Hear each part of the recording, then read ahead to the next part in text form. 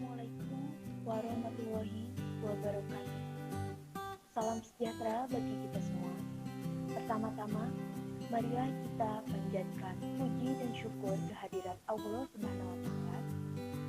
Atas rahmat dan hidayahnya, kita masih diberikan kesempatan untuk melaksanakan perkuliahan secara daring.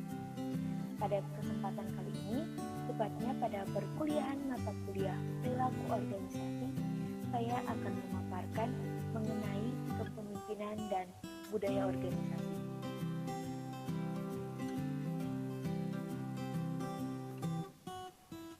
Sebelumnya, perkenalkan, nama saya Nurmalia dengan NIM 2001133 dari kelas 2A Program Studi Administrasi Pendidikan. Selanjutnya ada topik pembahasan. Topik pembahasan yang pertama yaitu mengenai kepemimpinan. Dengan subtopik yang pertama ada konsep kepemimpinan. Selanjutnya ada pendekatan dalam mempelajari kepemimpinan. Dan yang ketiga ada principal leadership. Topik pembahasan yang kedua yaitu mengenai budaya organisasi. Dengan subtopik yang pertama ada pengertian budaya organisasi sekolah. Selanjutnya ada unsur-unsur budaya organisasi sekolah, dan yang terakhir ada pembentukan budaya organisasi. Baik, langsung saja kita pada pemaparan yang pertama, yaitu mengenai konsep kepemimpinan. Thierry Yuko pada tahun 1994 dan Oteng Stisna pada tahun 1989 melukiskan kepemimpinan secara umum sebagai suatu proses memengaruhi atau membujuk atau induksi orang lain menuju pencapaian sasaran atau tujuan bersama. Nah, definisi ini mencakup 3 elemen sebagai berikut.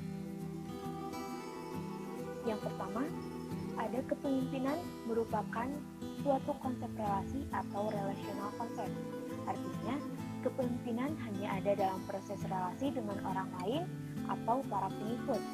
Apabila tidak ada pengikut, maka tidak ada kepemimpinan. Tersirat dalam definisi ini adalah premis bahwa para pemimpin yang efektif harus mengetahui bagaimana membangkitkan inspirasi dan memiliki relasi dengan para pengikut mereka. Nah, selanjutnya ada kepemimpinan merupakan suatu proses. Agar bisa memimpin, pemimpin harus melakukan sesuatu, seperti telah diobservasi oleh John Gardner pada tahun 1986 sampai 1988, dalam Meradic dan Swanson pada tahun 1995 di halaman 48. Kepemimpinan lebih dari sekedar menduduki atau menduduki suatu otoritas. Kendati posisi otoritas yang diformalkan mungkin sangat mendorong proses kepemimpinan, tetapi sekedar menduduki posisi itu tidak menandai seseorang untuk menjadi pemimpin. Nah, yang ketiga, kepemimpinan harus membujuk orang lain untuk mengambil tindakan. Artinya, seorang pemimpin harus bisa memengaruhi pengikutnya melalui berbagai cara, seperti menggunakan otoritas yang terlegitimasi, menciptakan model atau menjadi teladan, penetapan sasaran, memberi imbalan dan hukum, restrukturisasi organisasi, dan mengkomunikasikan visi. Nah, mencermati kekuasaan yang dimiliki seseorang di dalam organisasi, kekuasaan dapat mengarahkan perilaku dan interaksi manusia di dalam organisasi. Nah, berdasarkan 3 elemen yang telah dipaparkan, dapat disimpulkan bahwa kepemimpinan selalu melibatkan unsur pemimpin, pengikut, dan konteks. Ketiadaan dari salah satu dari 3 unsur tersebut akan menghilangkan esensi pemimpin itu sendiri. Pemimpin yang efektif dalam hubungannya dengan bawahan adalah pemimpin yang mampu meyakinkan mereka bahwa kepentingan pribadi dari bawahan adalah visi pemimpin, serta mampu meyakinkan bahwa mereka mempunyai andil dalam mengimplementasikannya. Nah, selanjutnya ada berbagai definisi mengenai kepemimpinan dari berbagai ahli. Yang pertama ada menurut Yuko pada tahun 1994 mendefinisikan kepemimpinan sebagai proses-proses memengaruhi yang memengaruhi interpretasi menangani peristiwa-peristiwa bagi para pemimpin, pilihan dari sasaran-sasaran bagi kelompok atau organisasi. Selanjutnya, definisi menurut Hart dan Kant, kepemimpinan adalah peningkatan pengaruh sedikit demi sedikit berada di atas kepatuhan mekanis terhadap pengarahan-pengarahan rutin organisasi. Selanjutnya, kepemimpinan adalah proses mempengaruhi aktivitas-aktivitas sebuah kelompok yang diorganisasi ke arah pencapaian tujuan, menurut Crouch dan Merkley. Nah, jadi, kepemimpinan merupakan upaya mempengaruhi orang lain. Namun demikian, alat untuk mempengaruhi inilah yang kemudian ditafsirkan berbeda antara satu ahli dengan ahli yang lainnya, sehingga penulis mengartikan kepemimpinan sebagai upaya mempengaruhi staf atau organisasi untuk melakukan suatu aktivitas guna mencapai tujuan organisasi yang telah ditetapkan bersama. Selanjutnya, pemaparan subtopik yang kedua yaitu mengenai pendekatan dalam mempelajari kepemimpinan. Ada beberapa pendekatan, diantaranya yaitu yang pertama, ada pendekatan sifat atau tribe approach. Pendekatan ini melihat kepemimpinan sebagai suatu kondisi yang terjadi dikarenakan faktor keturunan. Pendekatan ini menekankan bahwa kepemimpinan itu tidak bisa dilatih, tetapi merupakan bakat dari keturunan. Sehingga pendekatan ini mengasumsikan bahwa yang layak jadi pemimpin adalah mereka yang berasal dari keturunan pemimpin juga.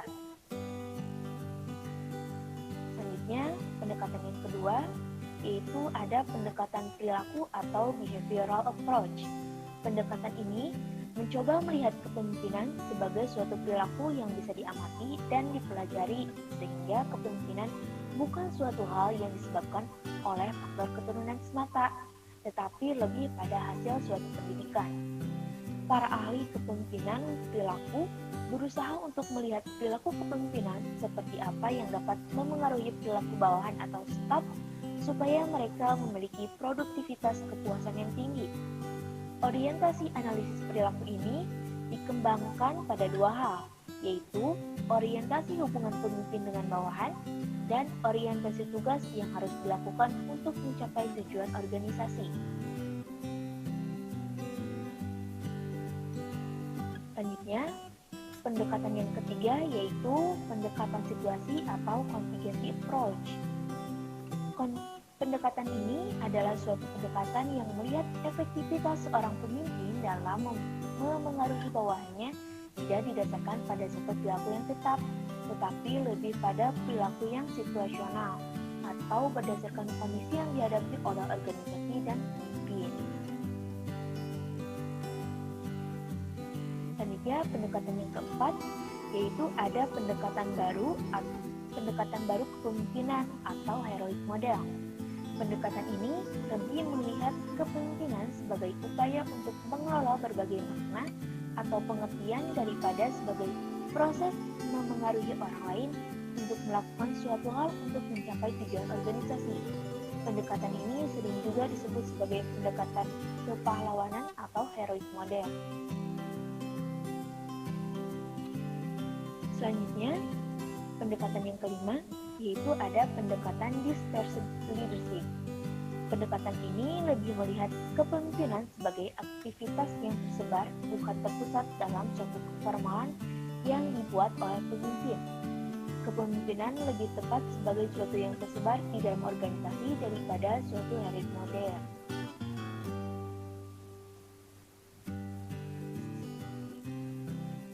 Selanjutnya, pemaparan subtopik yang ketiga yaitu mengenai principal leadership.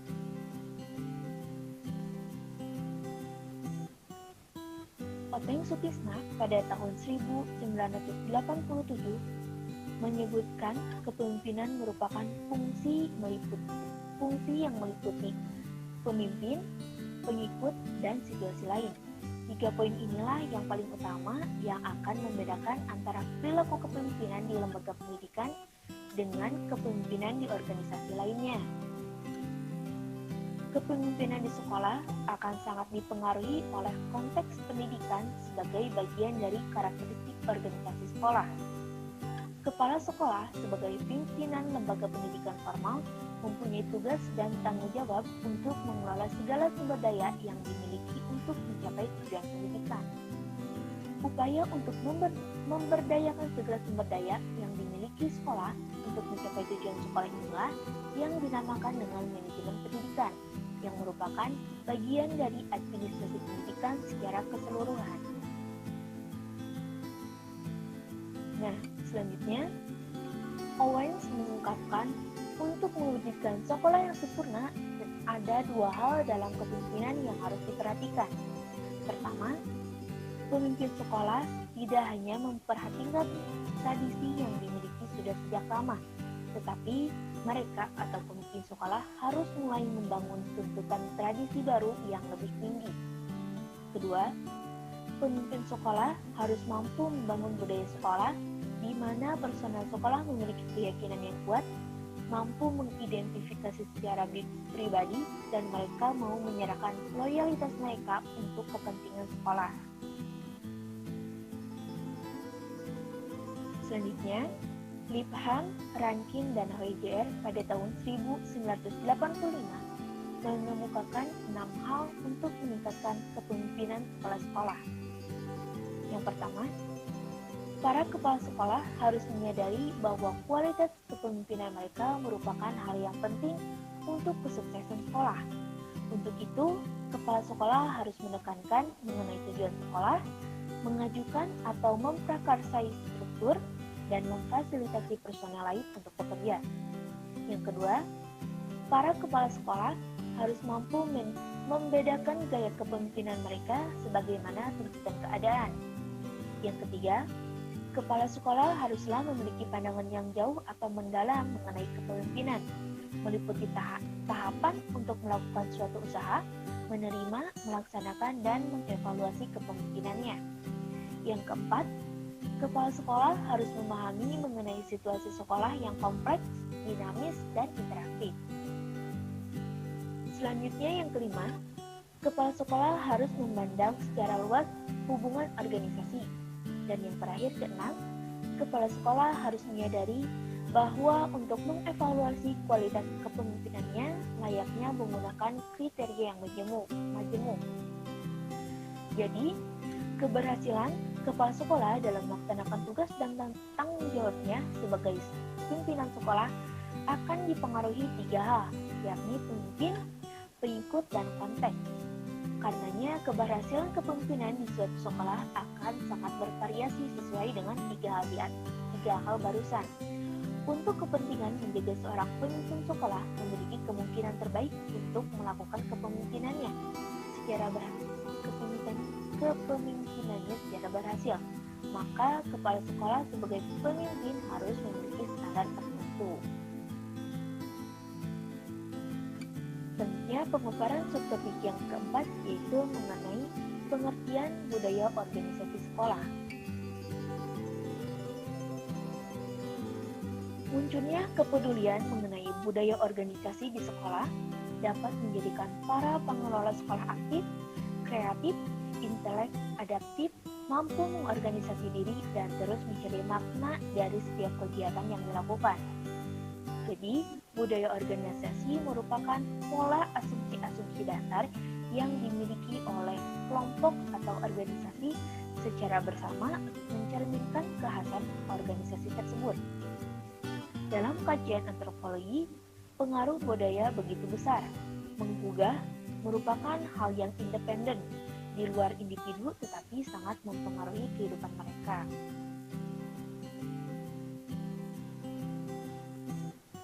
Selanjutnya, menurut Stephen Perelman pada tahun 2002 di halaman 247 mengemukakan budaya organisasi sebagai sistem makna yang bersama yang dianut oleh anggota-anggota yang membedakan organisasi itu dari organisasi-organisasi lain. Namun menurut Abe Susanto menyimpulkan mengenai budaya organisasi yaitu mengacu pada rumusan keyakinan, nilai-nilai, dan cara belajar dari pengalaman yang dibangun sepanjang sejarah organisasi dan dimanifestasikan dalam tiap pengaturan materi dan perilaku tiap anggota organisasi tersebut. Nah, dari berbagai definisi yang telah dipaparkan, dapat disimpulkan bahwa budaya organisasi merupakan nilai dasar organisasi berupa keyakinan, norma-norma, dan cara belajar orang-orang di dalam organisasi yang bisa membedakan dengan organisasi lainnya. Dan hal tersebut juga ditularkan kepada setiap personel baru organisasi.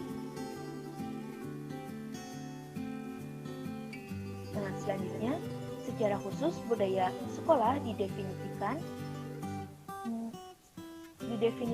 oleh para ahli dengan beragam.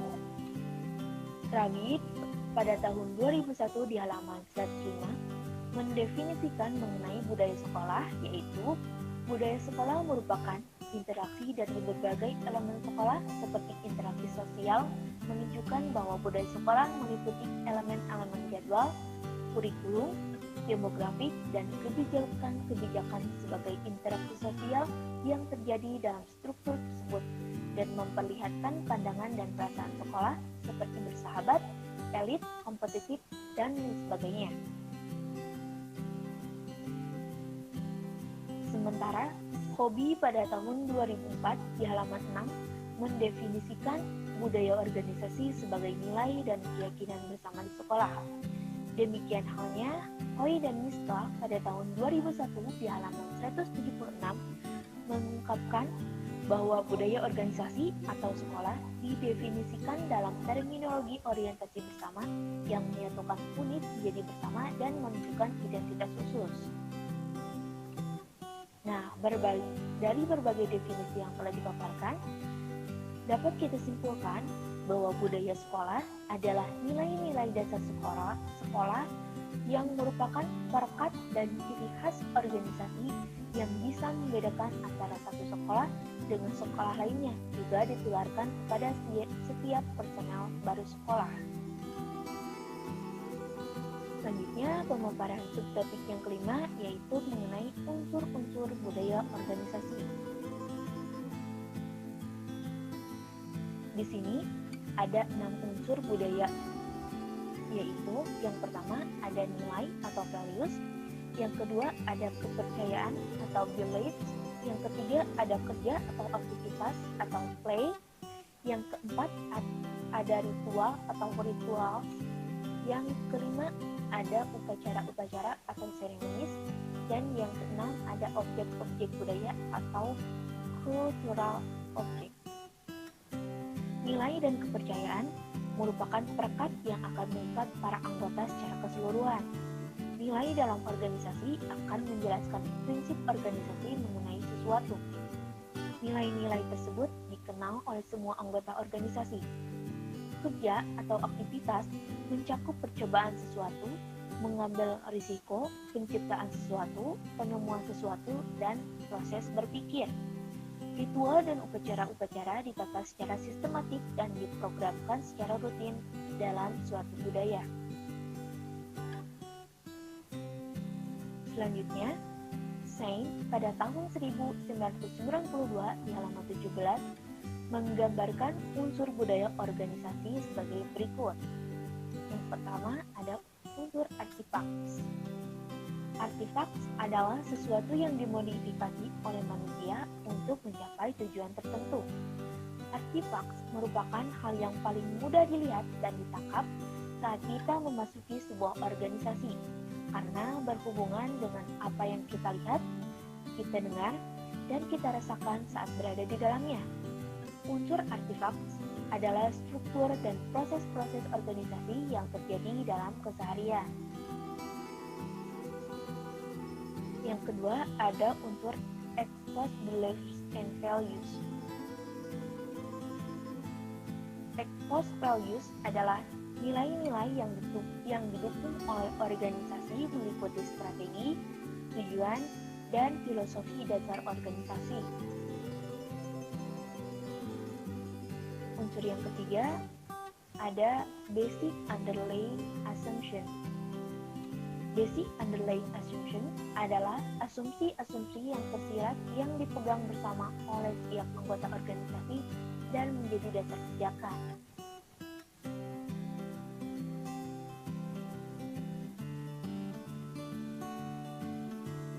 Nah, selanjutnya ada beberapa hasil penelitian Hobby pada tahun 2004 mengenai sekolah yang paling sukses dicirikan oleh budaya sebagai berikut.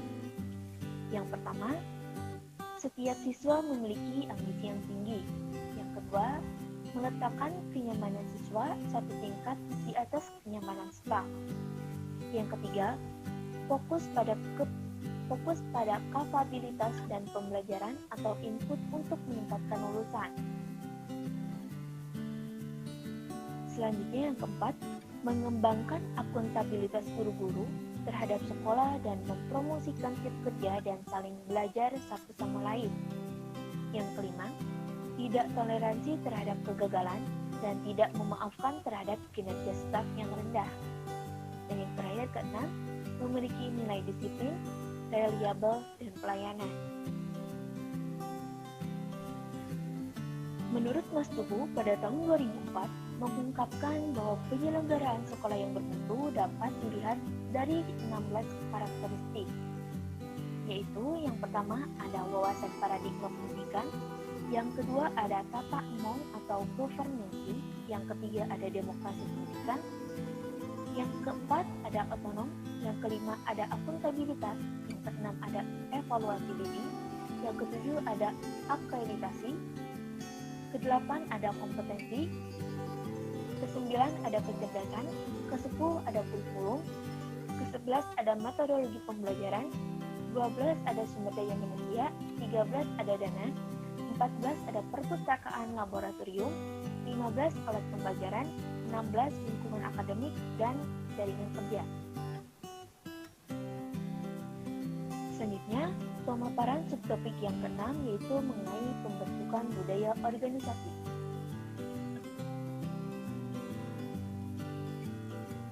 Menurut Robin, pada tahun 1990 mengemukakan bahwa budaya organisasi dapat dibentuk dengan 3 cara berikut. Yang pertama, ada seleksi. Seleksi yaitu sejak awal sudah ada penekanan bahwa hanya pegawai-pegawai yang memenuhi kriteria atau nilai dasar atau falsafah, norma, dan kebiasaan organisasi yang dapat diterima. Yang kedua, ada sosialisasi, yaitu untuk penanaman norma-norma yang ditetapkan organisasi dapat dilakukan dengan cara membicarakannya dalam rapat-rapat, pertemuan-pertemuan lain, atau bahkan dengan alat atau media khusus. Dan yang ketiga, ada manajemen puncak. Manajemen puncak yaitu seorang pemimpin menjadi pendorong kuat bagi tumbuhnya perilaku bawahan. Pimpinan mesti menetapkan norma-norma perilaku yang dapat diikuti bawahannya. Di samping itu, apa yang dilakukan atasan dapat diobservasi dan dinilai oleh bawahannya. Nah, di sini ada beberapa tahapan dalam pembentukan organisasi. Yang pertama, ada seleksi. Seleksi merupakan tahap awal bagi personel baru organisasi untuk mengenal keberadaan budaya suatu organisasi. Menurut Hasibuan pada tahun 2003, mendefinisikan seleksi sebagai suatu kegiatan pemilihan dalam penentuan pelamar yang diterima atau ditolak untuk menjadi karyawan perusahaan. Tahapan yang dilakukan dimulai dari pengumuman adanya lowongan sampai memutuskan siapa yang diterima untuk mengisi lowongan tersebut. Tahap yang kedua yaitu sosialisasi. Sosialisasi merupakan proses yang mengadaptasikan para karyawan pada budaya organisasi yang bersangkutan. Setelah karyawan diperkenalkan sedikit mengenai budaya organisasi melalui proses seleksi, kemudian mereka diperkenalkan lebih lanjut dengan proses sosialisasi. Selanjutnya, tahap yang ketiga yaitu tahap pra-kedatangan. Tahap pra-kedatangan terjadi pada kurun waktu pembelajaran dalam proses sosialisasi yang terjadi sebelum karyawan baru bergabung dengan organisasi. Selanjutnya, tahap keempat yaitu tahap perjumpaan. Tahap perjumpaan terjadi manakala personel baru melihat atau menyaksikan seperti apa budaya organisasi dan memungkinkan adanya perbedaan antara budaya yang ada dengan harapan pegawai baru. Selanjutnya, tahap yang kelima yaitu tahap metamorfosis. Tahap metamorfosis terjadi manakala karyawan baru menyesuaikan diri pada nilai-nilai dan norma kelompok kerjanya. Dan yang terakhir ada tahap manajemen puncak. Manajemen puncak memiliki peran penting dalam proses pembentukan budaya organisasi. Dalam hal ini, manajer puncak bertugas untuk memotivasi supaya karyawan baru dapat menerima dan melakukan berbagai perilaku sesuai dengan budaya organisasi. Selanjutnya, ada upaya untuk mengubah paradigma dapat dilakukan melalui 7 hal di bawah ini, menurut Osborne dan Patrick pada tahun 2000. Yang pertama, memperkenalkan anomali dan membantu orang menangkapnya. Kedua, menyediakan paradigma baru yang didefinisikan dengan jelas. Ketiga, membangun keyakinan dalam paradigma baru. Keempat, membantu orang untuk melepaskan paradigma lama. Kelima, beri waktu orang berada dalam zona netral. Keenam, beri orang dengan bertujuan. Ketujuh, beri jaring pengaman. Selanjutnya, lebih jauh, Osborne dan Patrick pada tahun 2000 mengemukakan 3 pendekatan untuk mengubah budaya. Yang pertama, mengubah budaya baru dengan menciptakan pengalaman baru. Yang kedua, menyentuh perasaan dengan mengembangkan permufakatan baru. Yang ketiga, mengubah pikiran dengan mengembangkan model mental baru.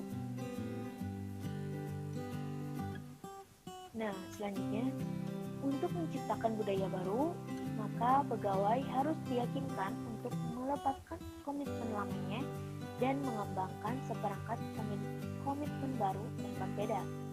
Nah, alat untuk mengubah hal tersebut, Osborne dan Patrick pada tahun 2000 juga mengemukakan ada beberapa alat untuk mengubah hal tersebut. Yang pertama, ada simbol baru, yaitu untuk mengkomunikasikan pada tingkat paling inti dari budaya yang ingin dibangun. Yang kedua, ada kriteria baru, yaitu untuk menciptakan artefak budaya baru, tonggak yang membantu mengikat para pegawai bersama pada seperangkat nilai, harapan, keinginan, dan impian bersama.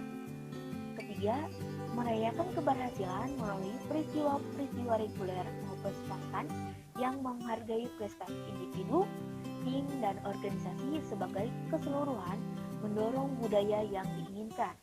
Keempat, menghargai kegagalan dengan memanfaatkan inovasi yang gagal sebagai peluang untuk memperbaiki kinerja dan mempromosikan inovasi.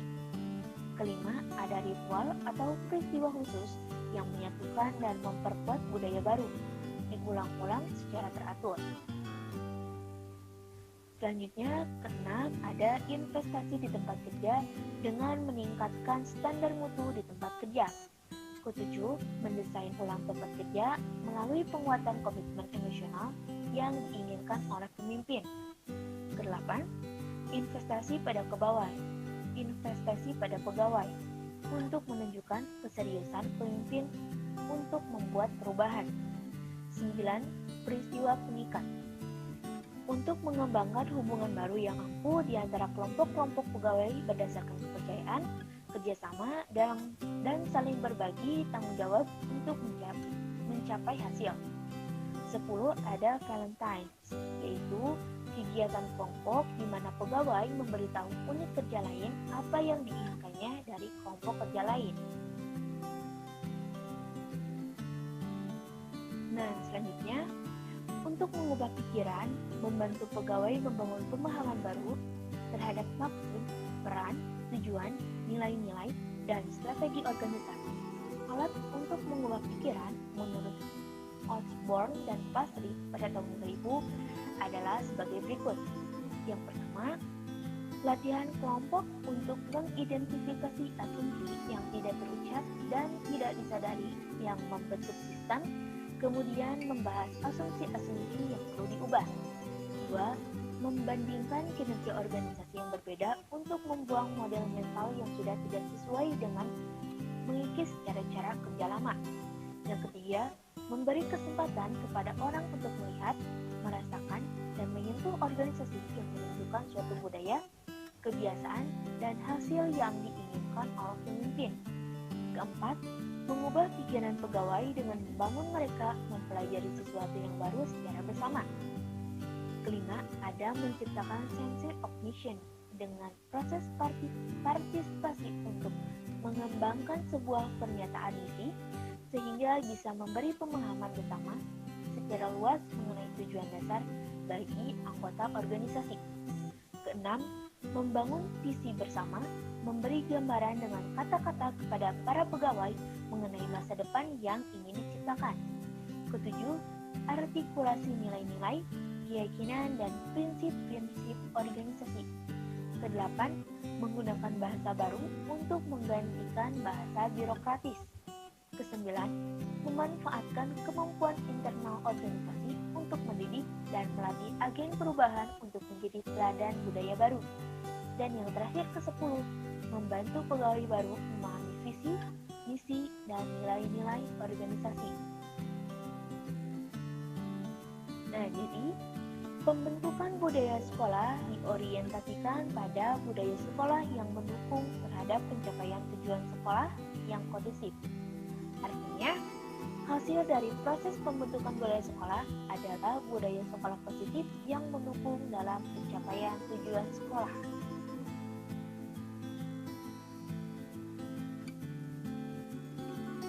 Sekian pemaparan materi mengenai kepemimpinan dan budaya organisasi. Mohon maaf bila banyak salah-salah kata. Wabillahi taufiq wal hidayah. Wassalamualaikum warahmatullahi wabarakatuh.